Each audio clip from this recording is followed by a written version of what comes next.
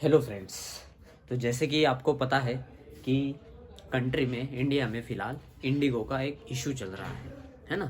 So today will come to know about you will come to know about what is the issue actually, क्या problem हो रहा है। मैं एक नई सीरीज़ शुरू करने जा रहा हूँ जिसमें हम नेशनल इश्यूज़ के बारे में या इम्पोर्टेंट इश्यूज़ के बारे में बात करेंगे जो कंट्री में हो रहे हैं, और वो वेरियस एग्जामिनेशन का, जीके का, जनरल अवेयरनेस का पार्ट बनते हैं।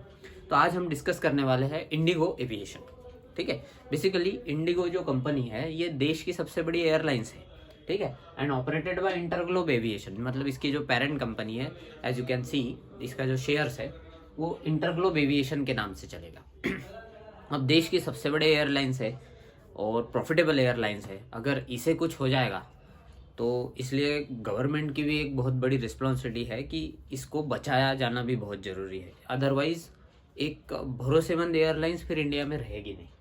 तो बेसिकली इशू हुआ क्या कि इंडियन गवर्नमेंट ने क्या किया कि पैसेंजर की सेफ्टी के लिए कुछ रूल्स बनाए और उसे चेंज किया गया। जो हमारा डीजीसीए है, बेसिकली गवर्नमेंट एजेंसी है, इंडियन गवर्नमेंट एविएशन रेगुलेटर हम इसे बोलते हैं, ये रेगुलेट करता है। एंड इसका मेन कंसर्न था कि पैसेंजर सेफ्टी को किस तरह से हम बढ़ाया जाएगा। ठीक है। तो इन्होंने क्या किए, 1 नवंबर 2025 से बेसिकली बहुत पहले से नोटिफाई कर दिया था और सारे एयरलाइंस जो है इसे फॉलो कर रहे थे। अब इंडिगो का इशू क्या हुआ, इन्होंने इसे फॉलो नहीं किया, या हो सकता है देश में उस समय फॉरेन विजिट भी होने वाली थी, राष्ट्रपति पुतिन आने वाले थे फ्रॉम रशिया। सो एक मैनिपुलेशन के लिए भी शायद ये किया जा सकता है, आई डोंट नो, बट बहुत से जानकारों का ऐसा कहना है कि ऐसा कई बार होता है कि गवर्नमेंट को मैनिपुलेट करने के लिए।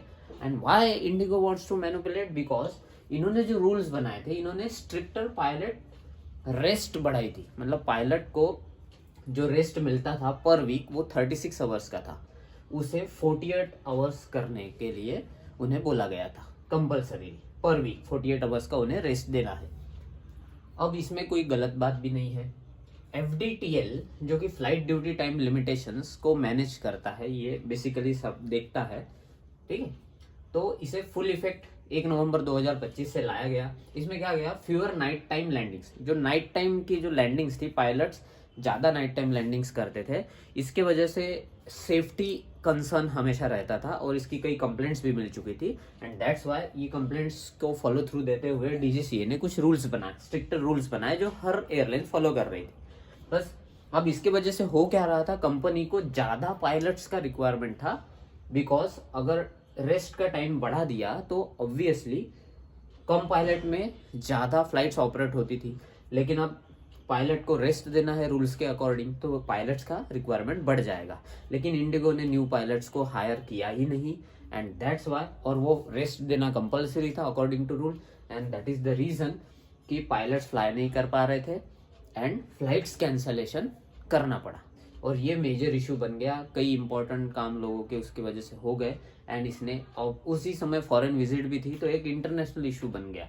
तो many general awareness examination point of view इस पे कुछ पॉइंट्स बन सकते हैं। व्हाट इज FDTL, DGCA या कौन रेगुलेट करता है, एंड रूल्स क्या थे। 36 आवर्स टू 48 आवर्स करने को बोला गया था, नाइट लैंडिंग्स को कम करने को बोला गया था, मतलब एक पायलट के लिए। अगर आपके पास ज़्यादा पायलट्स है तो कर सकते हैं fewer night time landings. Basically major reason इसका सेफ्टी था और पायलट शॉर्टेज हो गया, एंड इसी वजह से मास कैंसलेशन ऑफ फ्लाइट्स देखने को मिला और एक इंटरनेशनल, ये एक नेशनल इशू बन गया। That is the reason. So all this is the chaos of IndiGo. So जुड़े रहिए, हम ऐसे कई रिसेंट इश्यूज़ के साथ डिस्कशंस करते रहेंगे। And stay tune to my channel. Thank you.